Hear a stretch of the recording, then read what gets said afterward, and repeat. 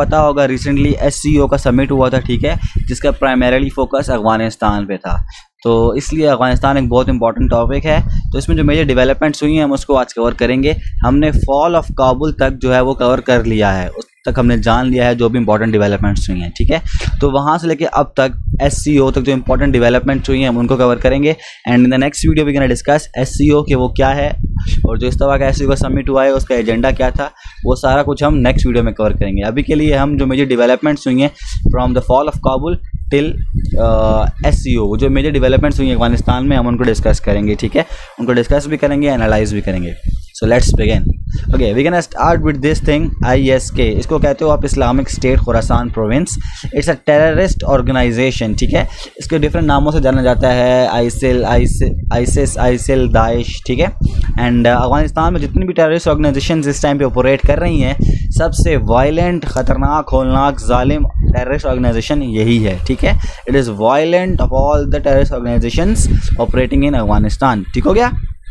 और 2015 में ये अफगानिस्तान में आई थी ISIS, ठीक है। ISIS का एक फैक्शन 2015 में उसने अफगानिस्तान में अपना काम स्टार्ट किया। इससे पहले ये मौजूद थी इराक और सीरिया में, ठीक है। अफगानिस्तान में इसके तकरीबन 3000 मेंबर्स हैं और ISIS is fighting against all. Now what does this mean? It means कि it is fighting against minorities, against the government. Afghan की जो गवर्नमेंट थी अभी काबुल तालिबान की गवर्नमेंट से पहले उससे, ठीक है, अफगानिस्तान की गवर्नमेंट तालिबान के अगेंस्ट लड़ रहे थे। ये US और जो NATO ट्रूप्स थे उनके अगेंस्ट भी लड़ रहे थे, अफगान आर्मी के अगेंस्ट भी लड़ रहे थे। और ये सेक्टेरियन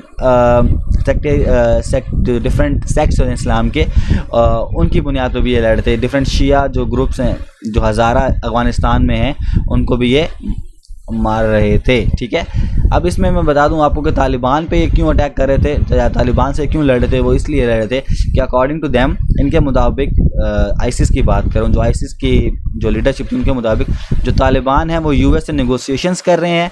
और ये नेगोशिएशंस से क्या हो रहा है, जो जिहाद का कॉन्सेप्ट है ना, उसकी सैंक्टिटी को मुतासिर किया है। जो उनका एक मुकद्दस जिहाद, एक मुकद्दस चीज़ है ना, तो उन्होंने उसकी उस सैंक्टिटी को मुतासिर किया है नेगोशिएशंस करके वेस्ट के साथ, ठीक है।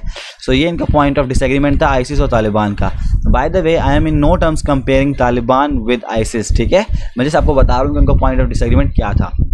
अपार्ट फ्रॉम दैट कुछ मेजर अटैक्स की बात कर लेते हैं। तो देखो यार, ISIS जो है ना वो एक बहुत ही मतलब ख़तरनाक जालिम टेररिस्ट ऑर्गेनाइजेशन है, दहशतगर्द तंजीम है, ठीक है। इन्होंने एक मैटरनिटी हॉस्पिटल पर अटैक किया जिसमें 24 लोग मारे गए, ठीक है। उसमें ख़वातीन भी थी और न्यू बॉर्न बेबीज़ भी थे। तो इससे आप इनकी मेंटालिटी, आइडियोलॉजी का अंदाज़ा लगा सकते हो, ठीक है। अपार्ट फ्रॉम दैट एक गुरुद्वारा था काबुल में, जहाँ पे जो सिख थे वो जाके अपनी जो भी रिलीजियस ड्यूटीज़ थी वो परफॉर्म कर रहे थे। इन्होंने वहाँ पे अटैक किया और आई थिंक अराउंड 20 ± 6 को इन्होंने मार दिया, ठीक है। सो इस तरह के इनके हैं कारनामे, इस तरह के इनके एक्ट्स हैं, ठीक हो गया, इनकी टेररिस्ट एक्टिविटीज़ हैं। So they are fighting against all, समझ आ गया। US और NATO ट्रूप्स जब अफगानिस्तान में मौजूद थे उनके खिलाफ भी, जब अशरफ गनी की गवर्नमेंट थी उनके अगेंस्ट भी लड़ रहे थे, तालिबान के अगेंस्ट अभी भी लड़ रहे हैं, सो ऑन एंड सो फोर्थ। उसके अलावा ये मौजूद कहाँ पर हैं, ये नंगरहार और कुनार जो प्रोविंस है ये यहाँ पर मौजूद है ये ऑर्गेनाइजेशन, ठीक है। और ये प्रोविंस क्या है, ये आप देखोगे तो ये पाकिस्तान के बॉर्डर के करीब बनते हैं। दैट्स वाई पाकिस्तान को भी एक बहुत बड़ा थ्रेट है इससे, ISIS से। नाउ अच्छा, इससे पहले कि हम आगे मूव करें या आगे पढ़ें, मैं आपको ये सजेस्ट करूँगा प्लीज़ यहाँ पे इस वीडियो को पॉज करें। और मैंने एक ये वीडियो बनाई हुई है Afghanistan issue for CSS PMS part 4, ठीक है। उसमें मैंने कुछ चीज़ें डिस्कस की हुई हैं, ये आप प्लीज़ समझ के आएँ पहले, ये बहुत ज़रूरी है। अगर आपने वीडियोज़ में देखी हुई हैं तो गुड इनफ, नहीं देखा तो इस वीडियो को यहाँ पे पॉज करें और ये जो टॉपिक्स हैं ये समझ कर आएँ, तब आपको बहुत अच्छे से समझ आएगा। आई थिंक ये इट विल टेक 10 मिनट्स, आपको 10 मिनट लगेंगे, लेकिन आपको समझ कुछ आ जाएगा, बहुत कुछ आ जाएगा। आपको पता लग जाएगा क्यों ईरान, रशिया, चाइना, पाकिस्तान ये सारे एक पेज पे, इनकी आइडियोलॉजी तालिबान को लेके एक सी क्यों हो गई है, सारा कुछ, ठीक है। तो it is very very important कि आप ये वीडियो देख कर आएँ। नाउ आई एम अज्यूमिंग कि आपने ये देख लिया, तो लेट्स बिगिन। ओके, अब हम बात करते हैं काबुल इंटरनेशनल एयरपोर्ट की। आपको पता होगा जब फॉल ऑफ काबुल हुआ, ठीक है, जब फॉल ऑफ काबुल हुआ, तालिबान पावर में आ गए, तो जो लॉयलिस्ट थे अशरफ गनी गवर्नमेंट के, वो जो डिफरेंट डेलीगेट्स थे वो सारे उन्होंने अफगानिस्तान छोड़ के वो वेस्ट की तरफ जाना शुरू कर दिया, ठीक है। तो इवैक्यूएशन स्टार्ट हो गई, ऐसा हुआ था, सही है। इवैक्यूएशन स्टार्ट हो गई थी काबुल एयरपोर्ट से, सही हो गया। अब जब काबुल एयरपोर्ट पे इवैक्यूएशन स्टार्ट होगी, इतने हज़ारों की तादाद में सिविलियंस भी जा रहे हैं, सिटीजन्स भी जा रहे हैं, डेलीगेट्स भी जा रहे हैं, ऑफिशियल्स भी जा रहे हैं। तो इसका फ़ायदा उठाया आईसिस ने और उन्होंने वहाँ पर अटैक कर दिया काबुल एयरपोर्ट पे, ठीक है, जिससे तकरीबन 200 प्लस लोग मारे गए, इंक्लूडिंग 13 यूएस ट्रूप्स और 23 प्लस माइनस जो थे वो तालिबान ट्रूप्स भी थे या तालिबान फाइटर्स भी थे, ठीक है। अच्छा, ये नंबर 170 यहाँ पे लिखा हुआ है, ये थोड़ा सा पुराना नंबर है, इसको आप चेक कर लीजिएगा। तो ये 200 प्लस है नंबर, ठीक है। ये अटैक हुआ था 26 अगस्त को। सो ये बहुत इसने ना एक आप कह लो कि तशवीश डाल दी जितने भी टॉप ब्रेस थे अमेरिका की, तालिबान में जो रीजनल कंट्रीज़ हैं यहाँ के, उनमें कि यार ये तो आईसिस दोबारा से अपने कदम जमा रही है, ठीक है। तो एक बहुत बड़ा एक सेटबैक था, एक डेवलपमेंट थी बहुत बड़ी। फिर क्या हुआ, उस नतीजे में वाशिंगटन ने क्या किया, उन्होंने ड्रोन स्ट्राइक्स की अगेंस्ट आईसिस, ठीक है। अब जब ड्रोन स्ट्राइक्स किए तो ये हो, देखो जो ड्रोन स्ट्राइक्स करते हो ना, ये आप शक की बुनियाद पे करते हो, तो उससे फिर क्या होता है, कैजुअलिटीज़ भी होती हैं, और ये बहुत कैजुअलिटीज़ हुई हैं।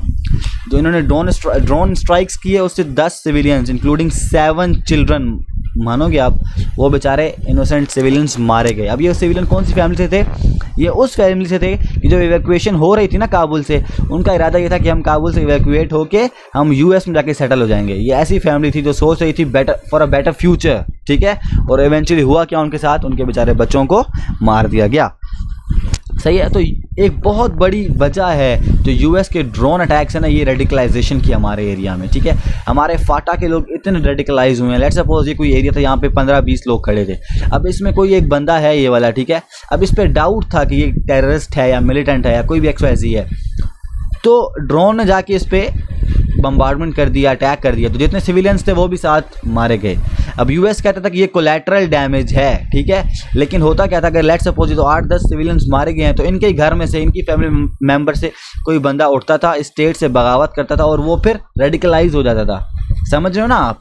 तो ये यूएस के जो ड्रोन अटैक्स हैं, बहुत बड़ी एक पॉलिसी फेलियर है हमारे एरिया में, और एक बहुत बड़े ये यूएस बहुत ज़्यादा रिस्पॉन्सिबल है इस चीज़ के लिए, जो रेडिकलाइजेशन हमारे एरिया में हुई है, स्पेशली फाटा में, ठीक है। इसी तरह अफगानिस्तान में भी बहुत सारे लोग सिविलियंस जो हैं वो मारे गए हैं ड्रोन अटैक्स की वजह से, जो इनोसेंट सिविलियंस थे जिनका कोई लेना देना था ही नहीं वॉर में, सही हो गया। अब आप देख लो जो भी वेस्टर्न न्यूज़ चैनल्स हैं, ठीक है, वो कितना प्रोपेगेंडा करते हैं तालिबान की किसी भी चीज़ को उठा के, लेकिन आपने कभी कोई इतने टीवी शोज़ नहीं देखे होंगे कि यूएस के ड्रोन अटैक्स की वजह से कितने सिविलियंस मारे गए हैं, नो, ठीक है। तो ये एक हिपोक्रेसी भी है और एक डबल स्टैंडर्ड्स हैं, लेकिन जिसकी लाठी उसका भैंस, ये टाइम होता है, ये है सारा कुछ आपके इंटरनेशनल अरीना में। If you have power you have everything, सही हो गया। खैर, कहने का मेरा मकसद यहाँ पे आपको बताने का ये था कि यार यहाँ पर जब वॉर होती है ना, तो आप जो मर्जी सोच रहे हो, आप सोचते कुछ हो, होता कुछ है, you never know what's going to happen, ठीक है। सो ये चीज़ थी इस चीज़ की, ठीक है। उसके बाद हम बात करते हैं चाइना की, कि चाइना का क्या रिस्पॉन्स रहा है। देखो अभी आप देख लो, जो दुनिया में 2 कंट्रीज इस टाइम पे बहुत इंपॉर्टेंट हैं, यूएस और चाइना। यूएस सुपर पावर है, चाइना जो है वो सुपर पावर का स्टेटस लेने की कोशिश में है, वो राइज कर रहा है, सही है। तो इसलिए जहाँ पे यूएस निकल रहा होता है, इवैक्यूएट कर रहा होता है, विड्रॉ कर रहा होता है, चाइना वहाँ पर अपने कदम जमा रहा होता है। अभी हुआ क्या है, यूएस यहाँ से विड्रॉ कर रहा था, तो जो तालिबान के स्पोक्स पर्सन थे उन्होंने क्या बोला कि यार जो हमारे पास मिनरल्स हैं ना, वो चाइना यहाँ पर आए, ठीक है, और चाइना यहाँ पर आके उनमें इन्वेस्ट करे, ठीक है। अब यहाँ अफगानिस्तान से यूएस निकल रहा है, ठीक है, विड्रॉ कर रहा है यूएस अफगानिस्तान से, तो जो तालिबान के स्पोक्स पर्सन है वो चाइना को दावत दे रहे हैं कि यार आप आओ, हमारे मिनरल्स को, मतलब जो मिनरल्स हैं उनको एक्सप्लोर करो, उनकी इनरिचमेंट करो, सो ऑन एंड सो फोर्थ, ठीक है। फिर उन्होंने क्या बोला है कि तालिबान के स्पोक्स पर्सन है कि China is a big country, बहुत बड़ा कंट्री है, हमारी रिबिल्डिंग में काम आ सकता है, रिहेबिलिटेशन करने में काम आ सकता है, हमारी जो रिकंस्ट्रक्शन होगी अफगानिस्तान में उसमें चाइना एक इंपॉर्टेंट रोल प्ले कर सकता है, सही हो गया। सो आप देख रहे हो कि चाइना का इन्फ्लुएंस इस जगह पे बढ़ रहा है। और आपने एक और चीज़ देखी होगी कि चाइना भी काफ़ी हर फोरम पे, यूएन हो गया, ठीक है, SC हो गया, हर जगह पर वो तालिबान को सपोर्ट कर रहा है, एक डिप्लोमेटिक सपोर्ट दे रहा है तालिबान को, जो पहले नहीं थी तालिबान के पास। पाकिस्तान, देखो मैं बताऊं, पाकिस्तान तालिबान को सपोर्ट तो कर सकता है, लेकिन पाकिस्तान तालिबान को उस तरह की डिप्लोमेटिक सपोर्ट नहीं कर सकता जैसे चाइना कर सकता। क्यों? क्योंकि चाइना के पास वीटो पावर है। चाइना P5 का मेंबर है, पाकिस्तान नहीं है, ठीक है। So this is the thing, China का तालिबान को बैक करना इज़ अ ह्यूज थिंग, ठीक हो गया। उसके बाद हम बात करते हैं पाकिस्तान के रोल की। देखो यार, अच्छा इससे पहले हम पाकिस्तान के रोल की बात करें, मैं आपको बता दूं, देखो चाइना जो है ना वो चाइना भी काफ़ी इंटरेस्टेड है। अभी चाइना $31 मिलियन जो है वो एड प्रोवाइड कर रहा है अफगानिस्तान को। It includes corona virus, vaccines, food supplies, so on and so fourth, ठीक है।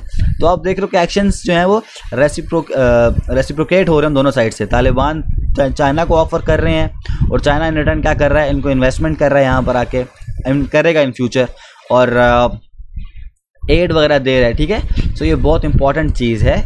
एक समझ जो है कि एक न्यू ब्लॉक इमर्ज होगा इन फ्यूचर, अगर कभी होता है आज से 10-20 साल बाद, तो उसमें आप देखना पाकिस्तान, चाइना, ईरान, तुर्की, रशिया, अफगानिस्तान आपको एक तरफ नज़र आएंगे, ठीक है। Now let's talk about Pakistan role. देखो यार, पाकिस्तान का रोल बहुत पॉजिटिव रहा है अफगानिस्तान के केस में, ठीक है।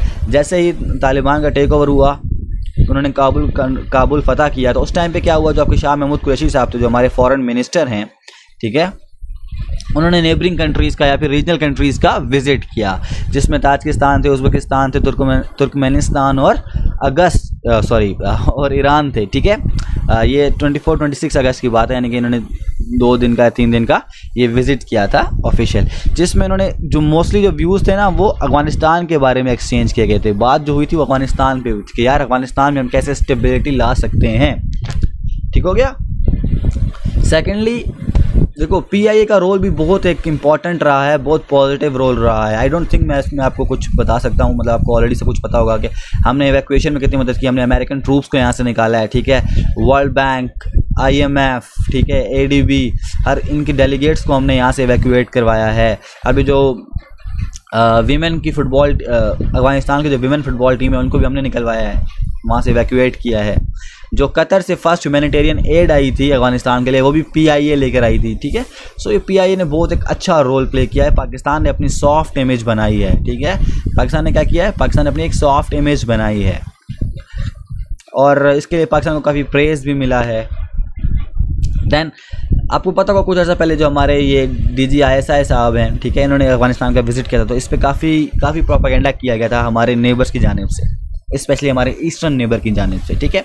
तो अब इन्होंने क्यों विजिट किया, अब ये भी एक पाकिस्तान के रोल की बात है। इसमें देखो यार क्या है हमारा इशू, अब मैं आपको बताता हूँ।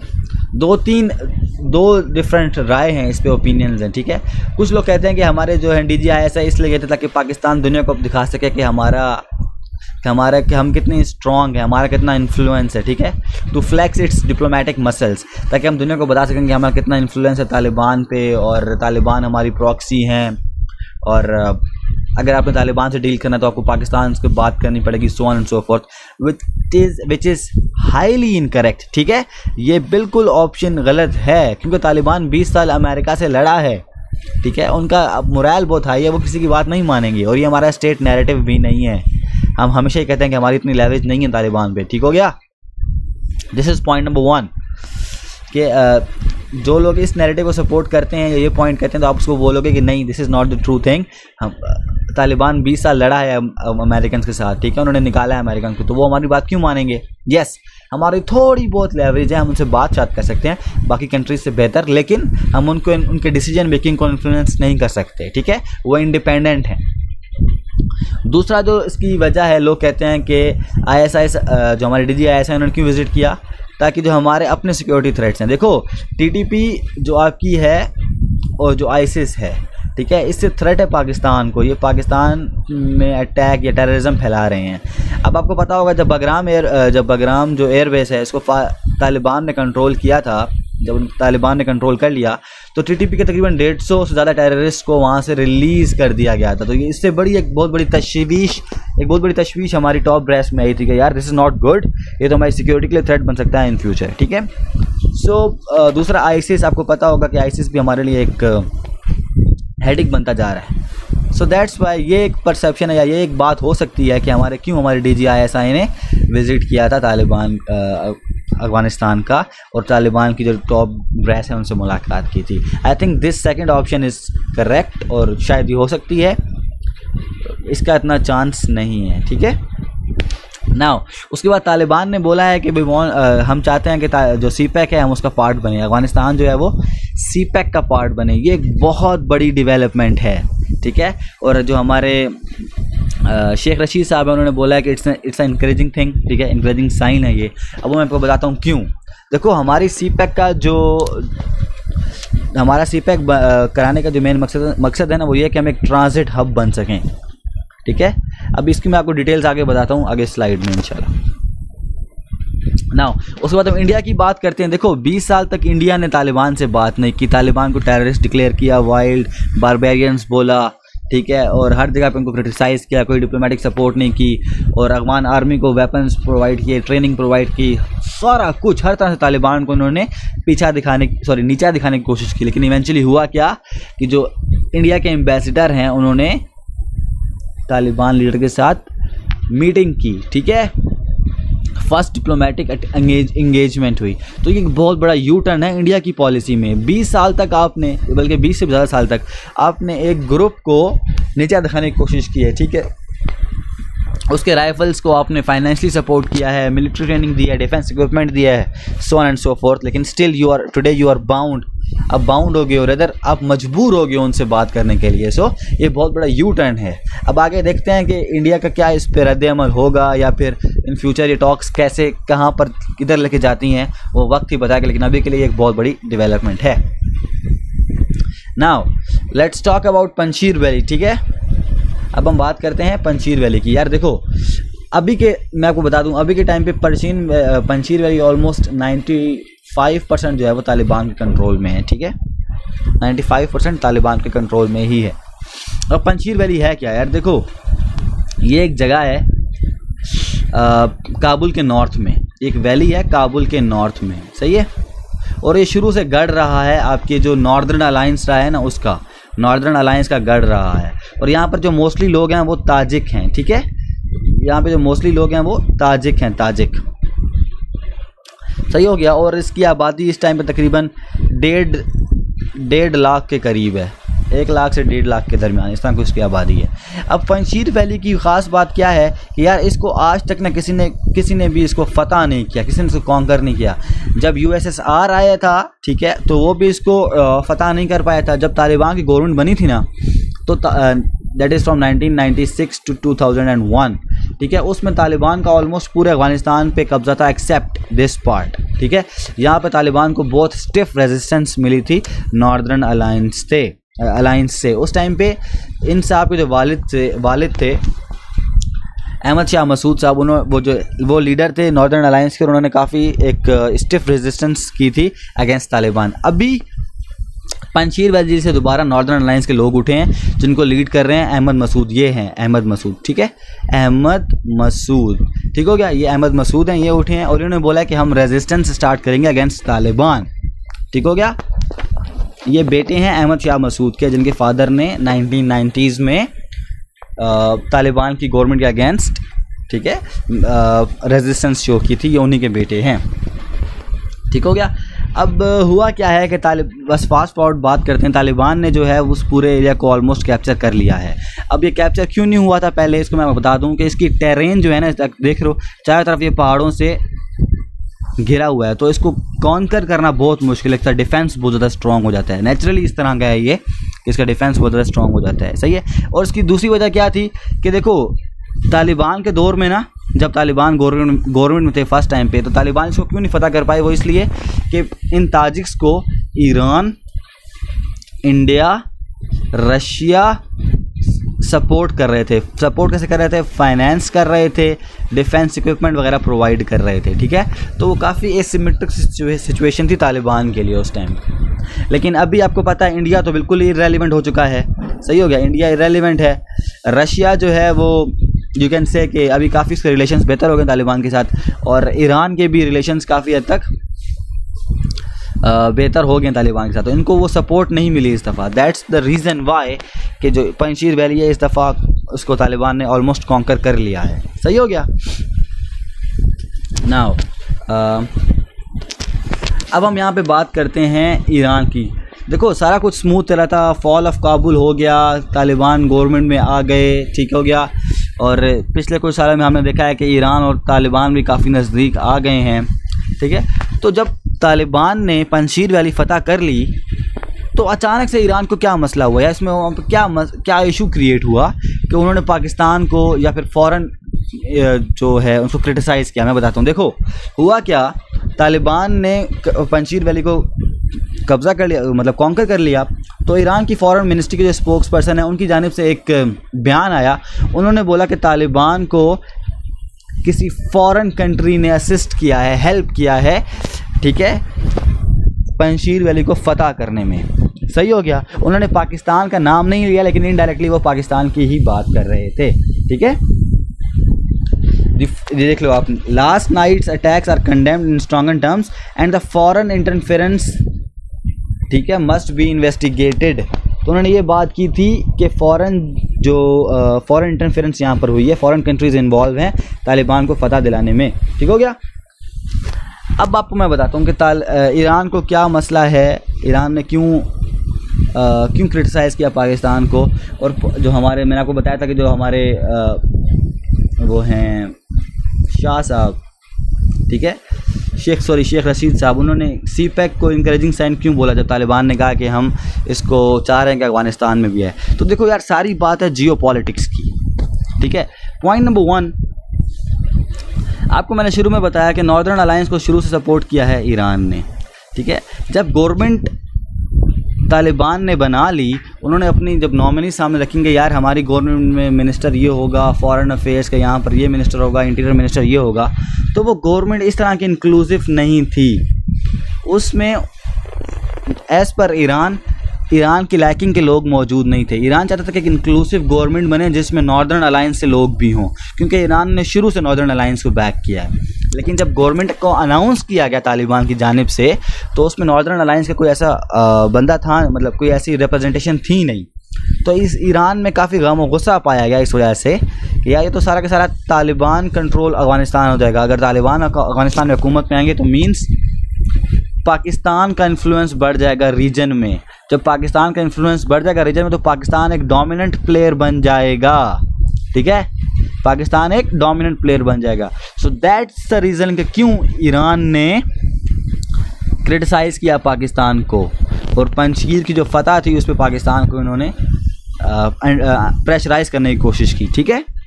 तो ये जियो पॉलिटिक्स की बात है कि गवर्नमेंट में जो है वो सारा पश्तून फैक्टर आ गया है, नॉर्दर्न अलायंस से कोई नहीं आया। जब नॉर्दर्न अलायंस से कोई नहीं होगा तो दैट मीन्स ईरान के फेवरेट्स कोई नहीं होंगे। जब ईरान के फेवरेट्स नहीं होंगे तो ईरान का अफगानिस्तान की पॉलिसी सर्कल में ईरान का कोई एलाय नहीं होगा। जबकि जब तालिबान अगर गवर्नमेंट में होंगे तो पाकिस्तान के एलाइज कह लो आप किस्म के होंगे, तो इससे पाकिस्तान का इन्फ्लुएंस बढ़ेगा रीजन में बढ़ेगा, तो सारी पाकिस्तान एक डोमिनेंट प्लेयर बन जाएगा, ठीक है। तो सारी बात जियो पॉलिटिक्स की है। अब ये मैं स्टेट नैरेटिव नहीं बता रहा हूँ आपको पाकिस्तान का, ये मैं आपको ईरान के जो टॉप ब्रेस है, जो थिंक टैंक है, उनकी थिंकिंग आइडियोलॉजीज बता रहा हूँ कि वो ये सोच रहे हैं, and that's the reason they criticise Pakistan. Secondly यार देखो, एक और बात जो यहाँ पर इंपॉर्टेंट है वो है सीपैक की। अभी भी आपको मैंने क्या कहा था कि शेख रशीद साहब ने कहा था कि